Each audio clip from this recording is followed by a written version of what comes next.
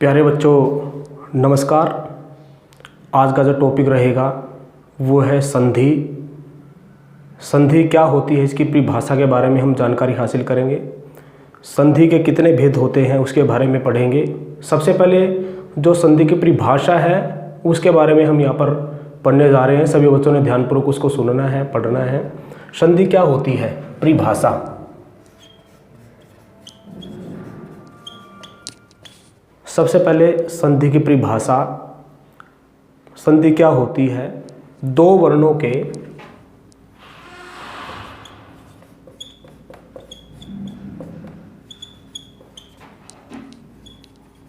परस्पर मेल से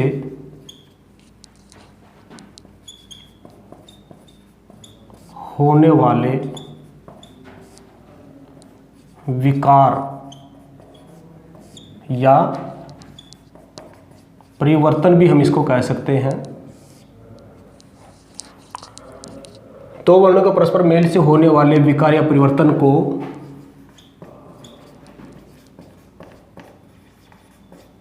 संधि कहते हैं। सबसे पहले इसकी परिभाषा याद होनी चाहिए। दो वर्णों के परस्पर मेल से होने वाले किसको, परिवर्तन को, विकार को क्या कहते हैं, संधि कहते हैं। एक परिभाषा ये बनती है। उसके बाद जो संधि होती है यानी कि जो संधि विच्छेद, बारी बारी से हम इसके बारे में करेंगे। संधि विच्छेद क्या है, संधि विच्छेद के बारे में, संधि किए गए शब्दों का, संधि किए गए शब्दों का अलग अलग करके पहले की तरह करना। शब्दों का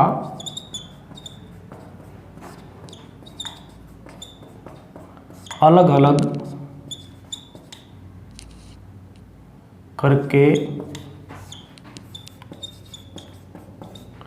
पहले की तरह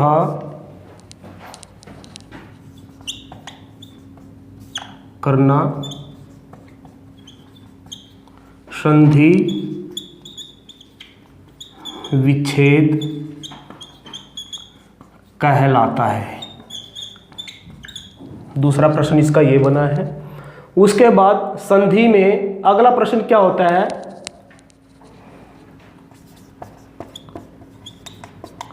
संधि शब्द संस्कृत से आया है, ये ध्यान देना है।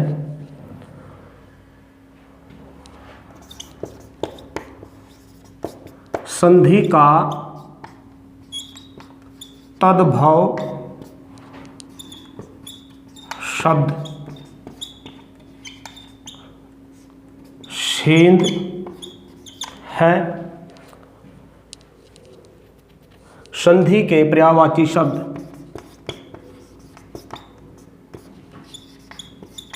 के पर्यायवाची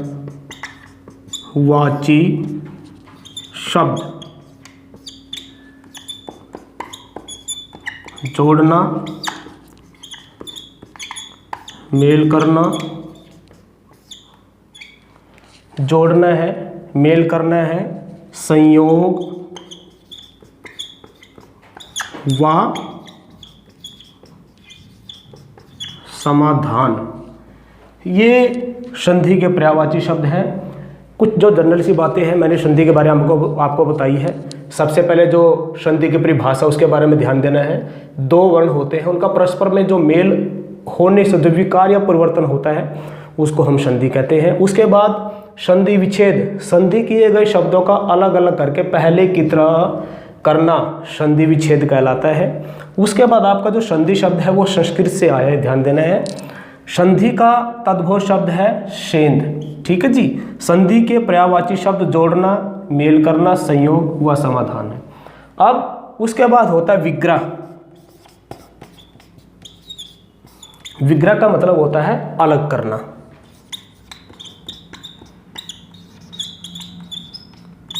ये कुछ बातें हैं जो बिल्कुल ध्यान रखनी है। संधि में ये आता है कि भी ये कौन कौन सी बातें, उनमें क्या क्या होता है, ये ध्यान देना है। तो उसके बाद हम ये करने के बाद आगे बढ़ने से पहले हमें इनके बारे में पूर्ण जानकारी होनी चाहिए। उसके बाद हम संधि के जो प्रमुख 3 भेद होते हैं उन 3 भेदों के बारे में यहाँ पर चर्चाएं करेंगे। सबसे पहले ये ध्यान देना है संधि के वो 3 भेद कौन कौन से हैं, परिभाषा ऐसे कैसे लिखी रहेगी ताकि आपको पता चले कि भाई संधि की परिभाषा क्या होती है। अब हम प्रमुख रूप से जो संधि के 3 भेद होते हैं उनके बारे में यहाँ पर चर्चा करते हैं। सबसे पहला है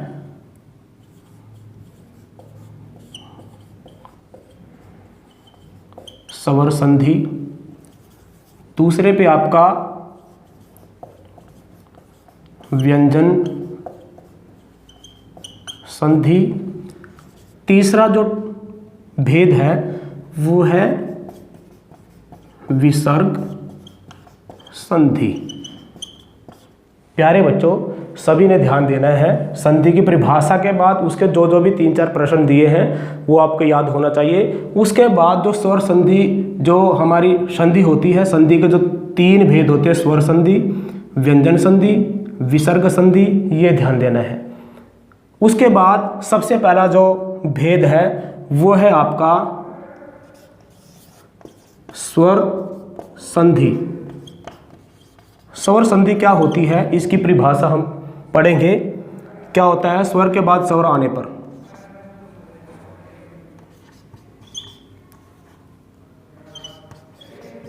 स्वर के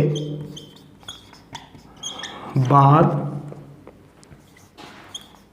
स्वर के बाद स्वर आने पर उसमें जो परिवर्तन होता है उसे स्वर संधि कहते हैं। ये ध्यान देना है। क्या है, स्वर के बाद स्वर आने पर, स्वर के बाद स्वर आने पर, ये ध्यान देना स्वर कौन कौन से होते हैं। ठीक है ना, 11 स्वर माने गए हैं। उन स्वरों का ध्यान देना है वो कौन कौन से स्वर होते हैं। यानी कि जैसे ओ, आ, ई, ऐ, उ, औ, री, ए, आए, ओ, औ। यानी कि ये जो स्वर होते हैं, स्वर के बाद स्वर आने पर उनमें जो विकार होता है, उनमें जो उत्पन्न होता है उसको स्वर संधि कहते हैं। आगे चलकर प्यारे बच्चों जो स्वर संधि है, स्वर संधि के भी 5 भेद होते हैं। कितने भेद होते हैं? 5। अब 5 भेदों के बारे में यहाँ पर हम चर्चाएं करेंगे। वो कौन कौन से भेद होते हैं ध्यान देना है। देखिएगा, सबसे पहले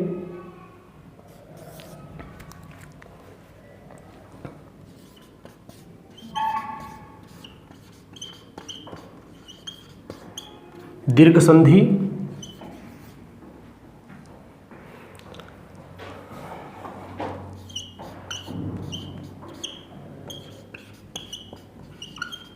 गुण संधि, तीसरा आपका वृद्धि संधि, नंबर 4 पे है यण संधि,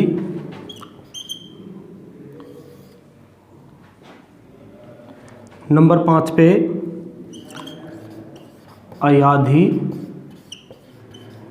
संधि।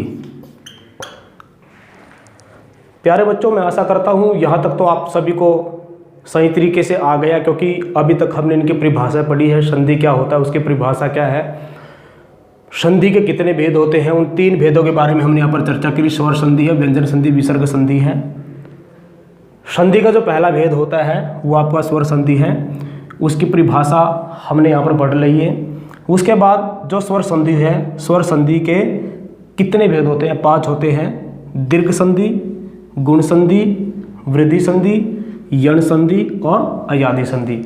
इन चारों का आपने बिल्कुल सीक्वेंस में ध्यान देना है। सबसे पहले दीर्घ संधि होती है, फिर गुण संधि होती है, फिर वृद्धि आती है और फिर यण आता है और फिर अयादि आते हैं। तो आगे बढ़ने से पहले प्यारे बच्चों, एक बात मैं आपको बता देना चाहता हूँ। इस संधि के कुछ नियम होते हैं, उन नियमों को हमने याद करना है। जब तक हम नियम याद नहीं करेंगे तब तक हमें संधि नहीं आएगी। तो उसके नियम कौन कौन से होते हैं, हम बारी बारी से एक एक करके हम इन संधियों के बारे में चर्चा यहाँ पर करेंगे। सभी बच्चों ने ध्यानपूर्वक इसको देखना, सुनना, पढ़ना है। तो सबसे पहले यहाँ पर जो दीर्घ संधि है, दीर्घ संधि के बारे में यहाँ पर हम चर्चा करेंगे। क्या होता है दीर्घ संधि? अब देखिएगा, जो संधि का पहला भेद होता है वो आपका दीर्घ संधि है। दीर्घ संधि की परिभाषा पर हमने ध्यान देना है। जब हर्ष या दीर्घ अ ई उ आ के मेल हर्ष व दीर्घ अ आ ई ऐ उ से होता है तो ये वर्ण आ ऐ उ में बदल जाते हैं। किस तरह से बदलते हैं प्यारे बच्चों, हमने इसमें ध्यान देना है। कैसे बदलते हैं ये ध्यान देना है। कुछ नियम यहाँ पर दिए गए हैं, उन नियमों का ध्यान देना है। वो कौन कौन से नियम हैं? तो देखिएगा, यहाँ पर जो नियम लागू होता है, यहाँ पर आ है और इधर आ है तो क्या हो जाएगा? आपका आ हो जाता है। यहाँ पर आ है और इधर आ है तो क्या होगा? यहाँ पर आ हो जाएगा। किसी भी शब्द की बात है यहाँ पर कर रहे हैं, ये नियम है। नियम सबसे पहले याद करने हैं। यहाँ पर आ है और इधर भी आ है तो किसके बराबर है? आ के। यहाँ पर आ है प्लस में आ किसके बराबर है? आ के है। ऐसे ही यहाँ पर ई है, यहाँ पर ई है किसके बराबर है? ई के। यहाँ पर ई है और यहाँ पर आई है तो आई के बराबर है, ये ध्यान देना है। यहाँ पर आई है और यहाँ पर ई है तो बड़ी ई के, बड़ी ई प्लस में बड़ी ई बराबर बड़ी ई है। ऐसे ही यहाँ पर ऊ है तो बड़ा ऊ, ई ऊ प्लस में आऊ तो यहाँ पर आऊ हो जाएगा। आऊ प्लस में ऊ, यहाँ पर आऊ हो जाएगा। आऊ प्लस में आऊ तो यहाँ पर आऊ हो जाएगा। तो जो दीर्घ संधि है उसके जो ये नियम यहाँ पर दिए गए हैं, सभी ने इन नियमों का ध्यानपूर्वक देखना है, सुनना है। इन जो ये नियम होते हैं, कोई भी जब शब्द आता है इन नियमों के अकॉर्डिंग ही शब्द बनते हैं। ठीक है जी। वो कौन कौन से शब्द हैं उन पर ध्यान देना है। देखिए कि सबसे पहले मैं बता देता हूँ, जिस तरह से हम लेते हैं कल्प प्लस में अंत। अब ध्यान देना है, एक शब्द यहाँ पर दिया है कल्प प्लस में अंत। अब देखिएगा प्यारे बच्चों, इस पा में भी आ है और यहाँ पर आ है। तो हमने नियम में देखा था, अगर यहाँ पर आ है और इधर आ है तो किसके बराबर है? आ के है। तो इस शब्द में यहाँ पर पा में आ है और इधर आ है तो किसके बराबर हो जाएगा? आ के। तो क्या बन जाएगा आपका? कल्पांत। ऐसे ही एक उदाहरण और लेते हैं, जिस तरह से विद्या प्लस आल्य। अब ध्यान देना है, विद्या में क्या है? आ है, वेरी गुड। और यहाँ पर भी क्या है? आ है, ये ध्यान देना है। क्या बन जाएगा? विद्यालय। ऐसे ही और उदाहरण है हमारे पास, वो बताएंगे। जैसे कपि प्लस इंद्र, कपि प्लस इंद्र सॉरी, यहाँ पर कपि, कपि प्लस इंद्र, तो यहाँ पर क्या है, ई है, प्लस में यहाँ पर ई है, तो क्या हो जाएगा, बड़ी ई हो जाएगी। तो यहाँ पर क्या बन जाएगा, कपींद्र, ये ध्यान देना है। उसके बाद अगला जो है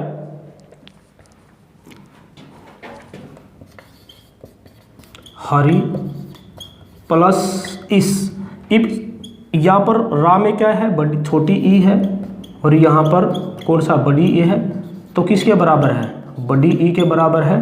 क्या हो जाएगा, हरीश, क्या बनाएंगे बच्चों, हरीश, ये ध्यान देना है। ऐसे ही सारे उदाहरण यहाँ पर दिए गए हैं, उनका ध्यान देना है। अगला जो उदाहरण है इसी का है, जिस तरह से हम लिखेंगे भानु प्लस उदय, तो यहाँ पर इस भानु में यहाँ पर छोटा ऊ है और यहाँ पर भी छोटा ऊ है, किसके बराबर हो जाएगा, बड़े ऊ के। क्या होगा, भानुदय, क्या हो जाएगा, भानुदय। उसके बाद क्या है, अगला एक और उदाहरण ले लेंगे, वधु प्लस उत्सव। अब देखना यहाँ पर कौन सा ऊ है, बड़ा ऊ है, और यहाँ पर कौन सा है, छोटा ऊ है, तो किसके बराबर हो जाएगा, किसके, बड़े ऊ के।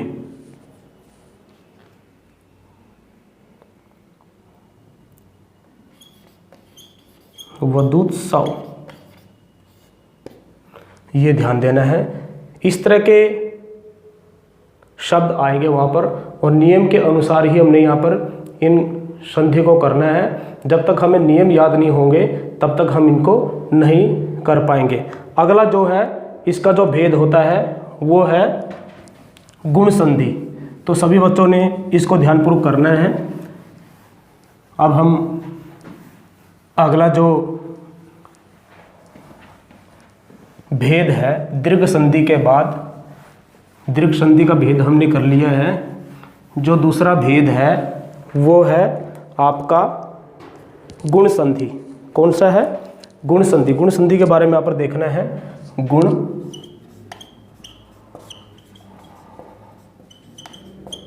संधि, गुण संधि की परिभाषा के बारे में यहाँ पर हमने ध्यान देना है। जब अ या आ के आगे, जब अ या आ के आगे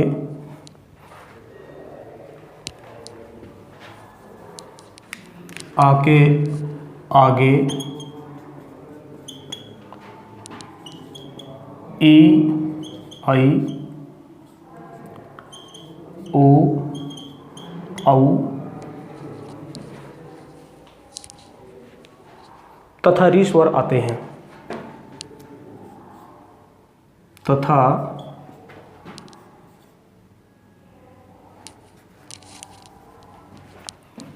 जब अ या आ के आगे ई आई ऊ औ तथा री स्वर आते हैं तो इनके मेल से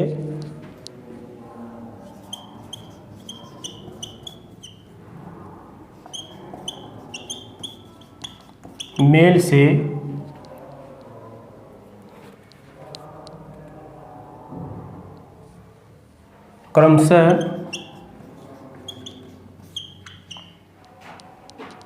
ए ओ अर हो जाता है।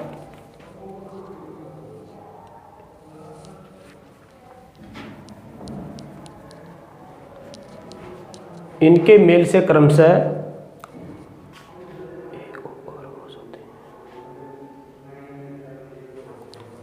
जब ए आ के आगे ई आई ऊ औ तथा री स्वर आते हैं तो इनके मेल से क्रमशः ए ओ और हो जाते हैं।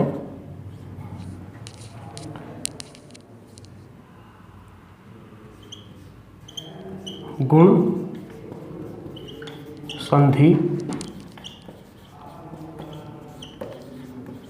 कहते हैं।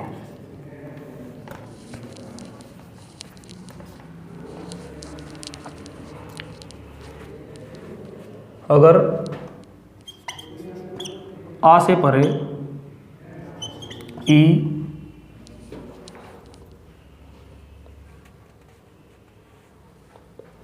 तो उसको ए हो जाएगा। आ से परे ई है तो ए हो जाएगा।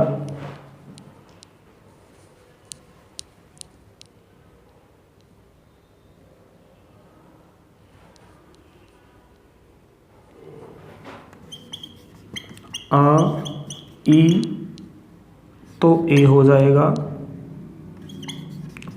आ प्लस में आई तो ए हो जाएगा।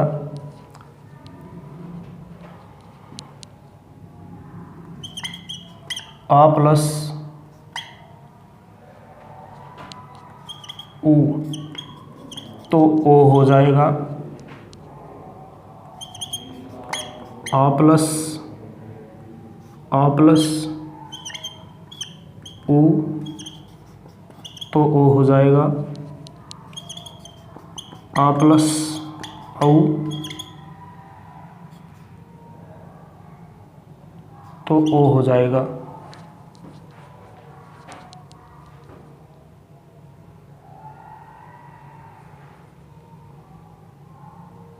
ऐसे ही आ प्लस री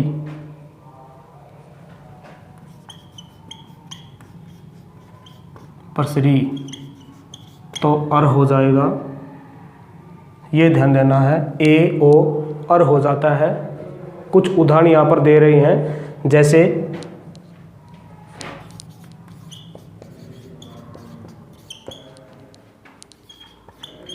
देव प्लस इंद्र, यहाँ पर वा में आ है और इधर ई है तो इसका क्या बनाएंगे, देवेंद्र, यहाँ पर ए हो जाएगा। ये ध्यान देना है, देवेंद्र। ऐसे ही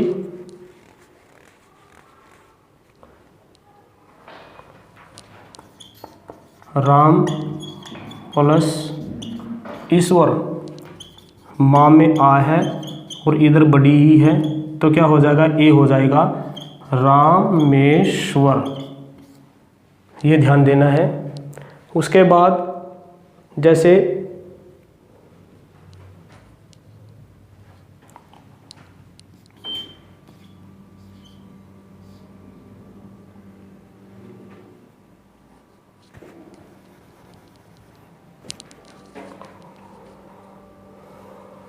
हाँ जी, लंबा प्लस में उधर, यहाँ पर बा में आ है और इधर ऊ है तो क्या हो जाएगा, ओ, लंबोदर। क्या हो जाएगा, ओ। तो इसका क्या बनाएंगे, लंबोदर। ठीक है जी, ये ऊ का उदाहरण है। फिर अगला है जैसे देव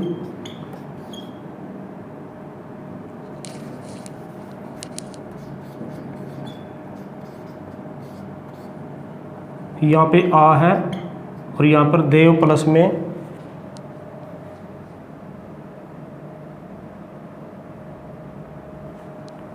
यहाँ पर है आपका री, देव प्लस में ऋषि, वा में आ है और यहाँ पर री है तो क्या हो जाएगा, अर, देवसी। तो यहाँ पर आपका देवसी हो जाएगा। तो प्यारे बच्चों, आज का जो टॉपिक है यहीं तक है और दीर्घ संधि और गुण संधि के बारे में हमने पढ़ लिया है। इनको अच्छी तरह से ध्यानपूर्वक करना है। इसके जो नियम यहाँ पर दिए गए हैं, इन नियमों के बारे में आप लोगों ने बिल्कुल अच्छी तरह से ध्यानपूर्वक इसको करना है। करने के बाद कोई भी शब्द इससे संबंधित है उसका संधि विच्छेद करके देखना है, तब आपको ये ध्यान में होगा। आज का जो टॉपिक है उसके 2 स्वर संधि के 2 टॉपिक हमने यहाँ पर कर लिए हैं। यहीं तक आज हम करेंगे, बाकी नेक्स्ट वीडियो में करते हैं।